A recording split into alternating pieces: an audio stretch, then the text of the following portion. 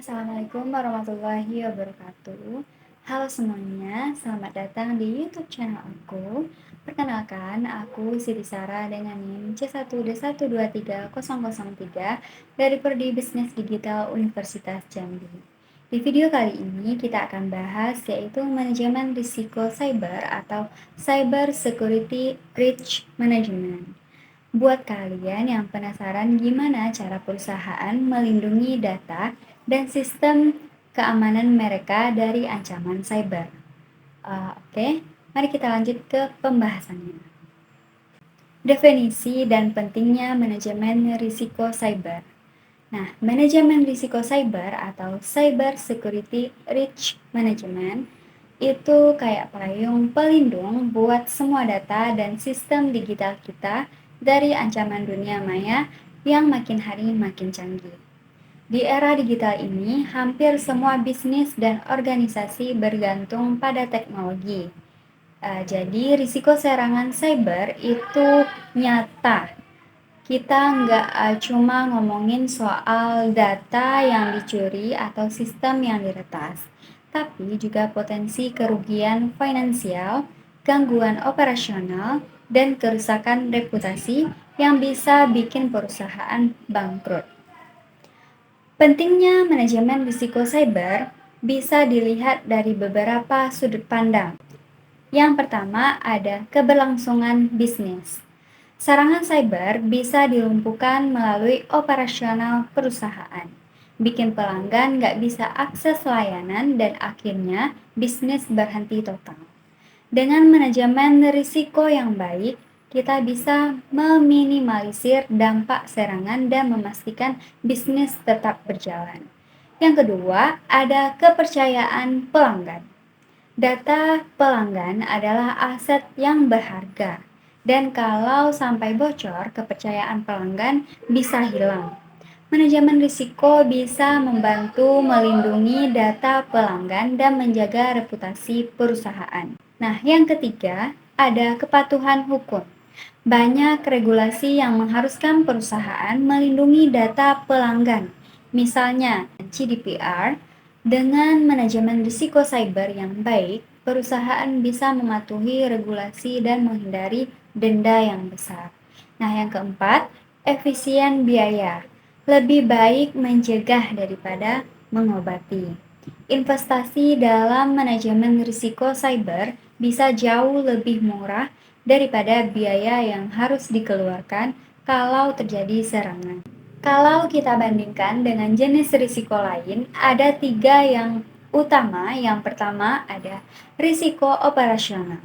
Ini risiko yang berkaitan dengan kegiatan sehari-hari perusahaan, misalnya sistem IT yang down, mesin yang rusak, atau bencana alam. Dampaknya bisa berupa gangguan produksi, keterlambatan pengiriman, atau penurunan kualitas layanan. Nah, yang kedua, ada risiko finansial. Ini risiko yang berkaitan dengan keuangan perusahaan, misalnya kerugian investasi, fluktuasi nilai tukar, atau gagal bayar utang. Dampaknya bisa berupa penurunan laba, kebangkrutan, dan atau hilangnya modal. Nah, yang terakhir ada risiko cyber. Nah, ini adalah risiko yang terkait dengan teknologi informasi dan sistem komputer. Misalnya serangan malware, pencurian data, atau peretasan sistem. Dampaknya bisa berupa kerugian finansial, gangguan operasional, kerusakan reputasi, atau tuntutan hukum. Nah, risiko cyber ini beda dari yang lain karena sifatnya yang dinamis dan terus berkembang. Ancaman baru muncul setiap hari dan teknik serangan juga makin canggih. Makanya, manajemen risiko cyber harus dilakukan secara berkelanjutan dan adaptif. Tahapan proses manajemen risiko cyber. Manajemen risiko cyber itu bukan cuma soal pasang firewall atau antivirus, tapi juga serangkaian proses yang terstruktur dan berkelanjutan. Secara umum ada 5 tahapan utama. Yang pertama, ada identifikasi risiko. Tahap ini adalah fondasi dari semua proses manajemen risiko. Kita harus mengidentifikasi semua aset digital yang berharga bagi perusahaan, misalnya data pelanggan, sistem keuangan, website, aplikasi mobile, dan infrastruktur IT. Selain itu, kita juga harus mengidentifikasi semua ancaman yang mungkin menyerang aset tersebut, misalnya hacker, malware, phishing, ransomware, dan serangan DDoS. Contoh aktivitasnya yaitu seorang manajer risiko cyber melakukan aset inventory untuk mencatat semua aset digital perusahaan, kemudian membuat daftar ancaman potensi yang mungkin menyerang aset tersebut.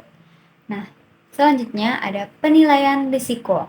Setelah melakukan semua aset dan ancaman diidentifikasi, kita harus menilai seberapa besar risiko yang mungkin terjadi. Penilaian ini melibatkan dua faktor. Yang pertama ada probabilitas, seberapa besar kemungkinan ancaman tersebut benar-benar terjadi. Nah, yang kedua ada dampak. Seberapa besar kerugian yang akan dialami perusahaan jika ancaman tersebut terjadi. Penilaian risiko ini bisa dilakukan secara kualitatif atau misalnya dengan memberikan skala rendah, sedang, ataupun juga tinggi. Atau kuantitatif misalnya dengan menghitung nilai kerugian dalam bentuk rupiah. Contoh aktivitas konkretnya, manajer risiko cyber menghitung potensi kerugian finansial jika database pelanggan diretas dan data pribadi pelanggan dicuri. Nah, untuk selanjutnya, penentuan prioritas risiko. Setelah semua risiko dinilai, kita harus menentukan prioritas mana yang harus ditangani terlebih dahulu. Biasanya, risiko dengan probabilitas dan dampak yang tinggi akan diprioritaskan lebih dulu. Nah, contoh aktivitas konkretnya yaitu manajer risiko cyber membuat matriks risiko untuk memvisualisasikan semua risiko dan menentukan prioritas untuk penanganannya. Selanjutnya, penanganan risiko. Nah, tahap ini adalah implementasi dari strategi yang sudah direncanakan. Nah, ada beberapa opsi penanganan risiko yang bisa dipilih. Yang pertama ada risk acceptance, menerima risiko karena dianggap kecil dan biaya penanganannya lebih besar daripada potensi kerugiannya.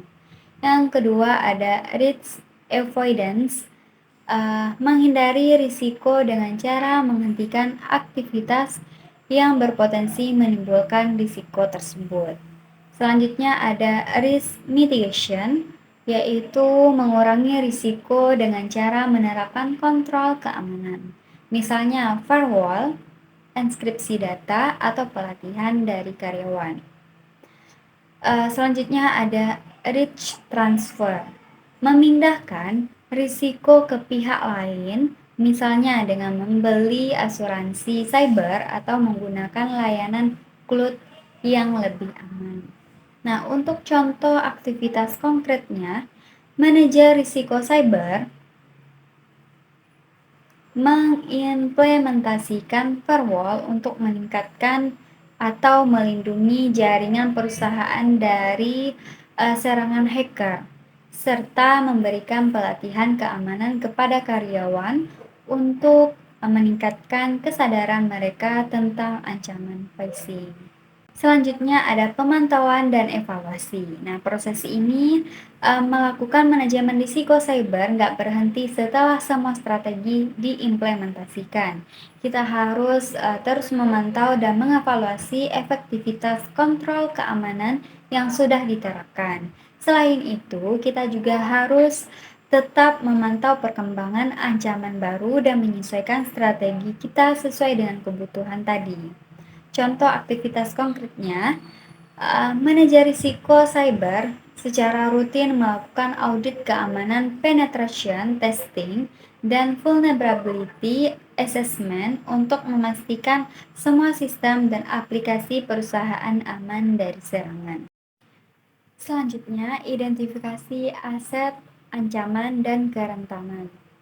Dalam manajemen risiko cyber, pemahaman tentang aset, ancaman, dan kerentanan itu fundamental karena ibaratnya kita harus tahu apa yang harus kita lindungi, misalnya seperti aset.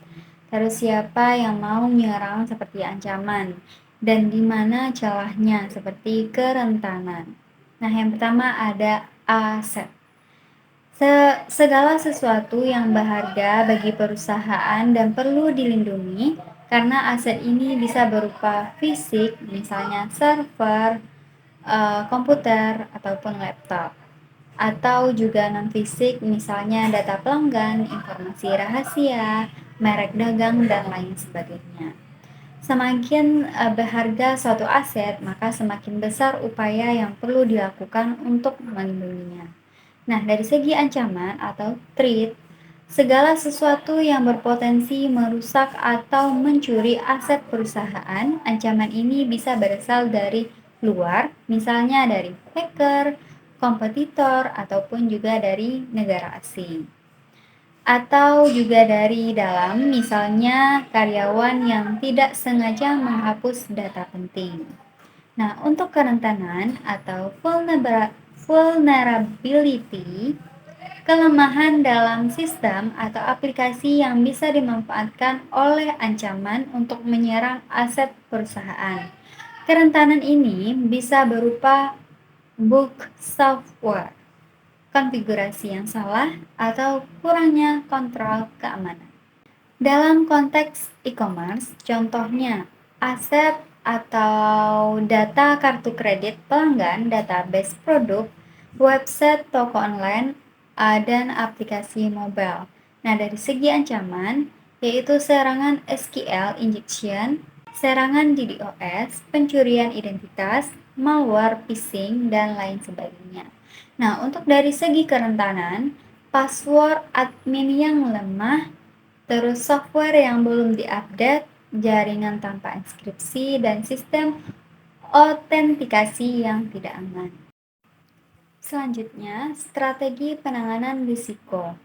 Setelah kita tahu aset apa saja yang harus dilindungi, ancaman apa saja yang mungkin datang, dan kerentanan apa saja yang ada, langkah selanjutnya adalah memilih strategi penanganan. Yang pertama ada risk acceptance, yaitu menerima risiko. Strategi ini dipilih kalau risiko dianggap kecil dan biaya untuk menanganinya lebih besar daripada potensi kerugiannya. Misalnya, sebuah startup fintech mungkin menerima risiko downtime website selama 5 menit per bulan karena biaya untuk membuat sistem yang 100% uptime terlalu mahal.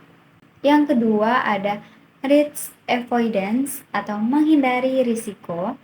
Strategi ini dipilih kalau risiko dianggap terlalu besar dan tidak sepadan dengan potensi keuntungannya. Misalnya, sebuah perusahaan e-commerce mungkin memutuskan untuk tidak menyimpan data kartu kredit pelanggan di server mereka sendiri, tapi menggunakan layanan pihak ketiga yang lebih aman. Yang ketiga ada risk mitigation atau mengurangi risiko. Strategi ini dipilih kalau risiko bisa dikurangi dengan cara menerapkan kontrol keamanan yang tepat. Misalnya, sebuah bank mungkin menerapkan enkripsi data, autentikasi dua faktor, dan sistem deteksi intrusi untuk mengurangi risiko pencurian data. Nah, yang keempat ada risk transfer, yaitu memindahkan risiko. Strategi ini dipilih kalau risiko tidak bisa dihilangkan sepenuhnya, tapi bisa dipindahkan ke pihak lain. Misalnya, sebuah perusahaan asuransi mungkin membeli polis asuransi cyber untuk melindungi diri dari kerugian finansial akibat serangan cyber. Nah, contoh aplikasi nyata di perusahaan fintech yang pertama, Rich Exemptions atau menerima risiko kecil seperti keterlambatan update software karena keterbatasan sumber daya. Selanjutnya ada Risk Avoidance, yaitu menghindari perusahaan menggunakan teknologi yang dianggap terlalu berisiko, misalnya blockchain yang belum teruji keamanannya. Terus ada risk mitigation atau menerapkan kontrol keamanan yang tepat. Misalnya autentikasi biometrik, enkripsi end-to-end, dan monitoring transaksi secara real-time.